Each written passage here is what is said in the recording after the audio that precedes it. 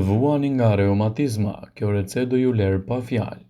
Reumatizma është një sëmundje që prek më shumë se 20% të popullatës globale. Për fat keq, shkencëtarët nuk kanë zbuluar asnjë trajtim efikas që mund t'i japë 100% fund asaj, por mund ta mbani nën kontroll përmes përzgjedhjes së duhur ushqyese dhe të evitoni gjithashtu komplikacionet. Sidoqoftë, një prej studimeve më të veçanta mbi këtë sëmundje tregoi se ushqimet të duhura në kombinim me aktivitetin e moderuar fizik janë receta më e mirë për njerëzit që vuajnë nga këto shqetësime. Nëse jeni mbi peshë, humbisni kilograme të tepërt për të mbajtur nën kontroll dhimbjet tuaja.